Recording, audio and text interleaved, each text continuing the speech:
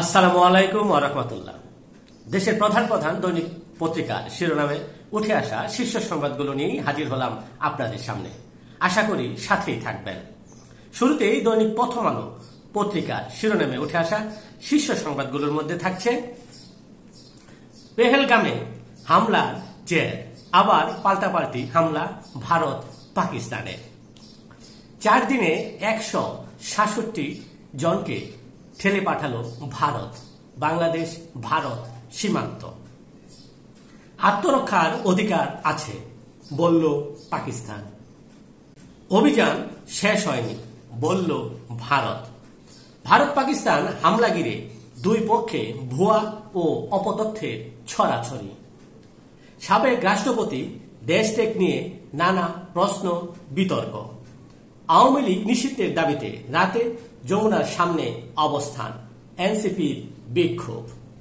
আওয়ামী লীগ নিষিদ্ধের দাবিতে বাদ জুমার পর জামায়াতের ঘোষণা হাসনাত আব্দুল্লাহ। দৈনিক বাংলাদেশ প্রতিদিনের শিরোনামে থাকছে ফের হামলায় যুদ্ধবিমান, ড্রোন, আবারও রণপ্রস্তুতিতে ভারত পাকিস্তান। সংকট বাড়বে বাংলাদেশে, বিলিয়ন ডলার রপ্তানি খাত হুমকিতে। সীমান্তে বিজেপি সতর্ক অবস্থায়। চ্যালেঞ্জ দক্ষতার সঙ্গে মোকাবেলায় গুরুত্ব সেনা প্রধানের। বিশ্লেষকদের মতে সর্বোচ্চ সতর্কতার সময়। হামিদের দেশ থেকে তোলপাড়। আওয়ামী লীগ নিষিদ্ধের দাবিতে যমুনার সামনে অবস্থান।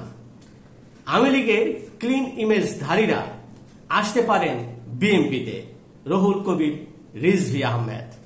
রাতভর অবস্থানের পর সকালেও চলছে যমুনার সামনে অবস্থান।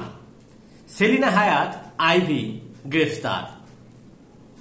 দৈনিক ইত্তেফাকে শিরোনামে যা থাকছে ভারত নিয়ন্ত্রিত জম্মু কাশ্মীরে বিস্ফোরণ, যুদ্ধবিমান ভূপাতিত করার দাবি ভারতের তথা দিল্লির।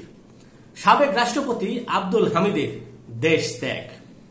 যুবলীগ ও স্বেচ্ছাসেবক লীগ নিষিদ্ধ হচ্ছে, উপদেষ্টা আসিফ মাহমুদ।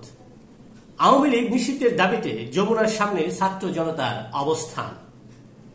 যমুনার সামনে এখনো চলছে আওয়ামী লীগকে নিষিদ্ধের দাবিতে বিক্ষোভ। আইবিকে গ্রেফতার করে নিয়ে যাওয়ার পথে পুলিশের গাড়ির বহরে হামলা।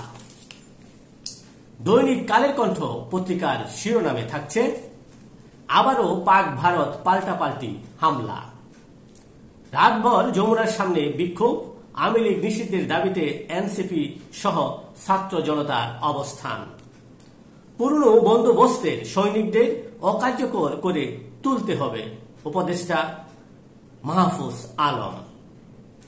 পুত্র শেরক সহ দেশত্যাগ সাবেক রাষ্ট্রপতি হামিদের।